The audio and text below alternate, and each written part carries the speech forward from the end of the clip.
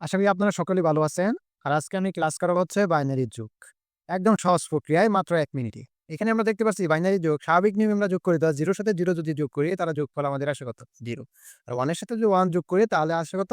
1। 0 এর সাথে 1 যোগ করলে কি হয়? 1।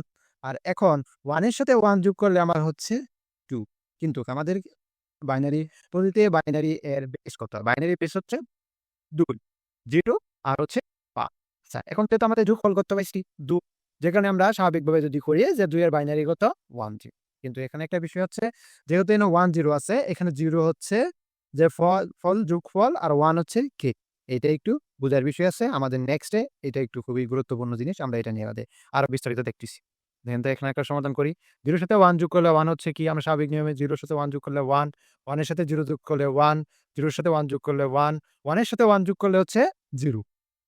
তা 0 না নিলাম আর হচ্ছে হাতে থাকে ১, এই ১ নিয়ে নিলাম। জাস্ট এইটুকুই। তারপর আমরা আরেকটা পরবর্তী অঙ্ক করি। এইটা একটু এক্সেপশনাল, একটু বোঝার বিষয় আছে। আচ্ছা, এখানে আমরা চিন্তা করি তো 1 এর সাথে 1 যোগ করলে হচ্ছে 1 0, 0 1 নিলাম। তারপর আমাদের হাতে থাকতেছে 1 অথবা কে 1 টা এই পাশে রাখলাম। এই 1 আর এই 1, এই ২ টা 1 কি? যোগ হবে। যোগ করলে হচ্ছে যোগফল আসছে কত? 1 0, সো 1 0। এখন এই 0 এর সাথে 1 যোগ হবে। 0 এর সাথে 1 যোগ করলে হচ্ছে 1। তারপর যে আমাদের এই 1 টা ছিল, হাতের যে 1 ছিল, এটার সাথে এই 0 যোগ হবে। 1 এর সাথে 0 যোগ করলে আমরা কি পাচ্ছি? যে 1। আবার এই 1 এর সাথে 1 যোগ করলে আমরা পাচ্ছি কত? 0। এই হাতের যে 1 আছে এটা এই পাশে যাবে। তাহলে 1 এর সাথে 1 যোগ করলে যোগফল কত হচ্ছে? 1 0। এই 0 এর সাথে 0 যোগ করলে আমাদের হচ্ছে 0। আচ্ছা, তারপর আমরা চিন্তা করি এই হাতের যে 1 ছিল, এটা নিচের এই 1 এর সাথে যোগ হবে। 1 এর সাথে 1 যোগ করলে হচ্ছে 1 0। আর 0 এর সাথে 1 যোগ করলে আমাদের হচ্ছে 1। আর 0 এর সাথে 1 যোগ করলে হচ্ছে 1।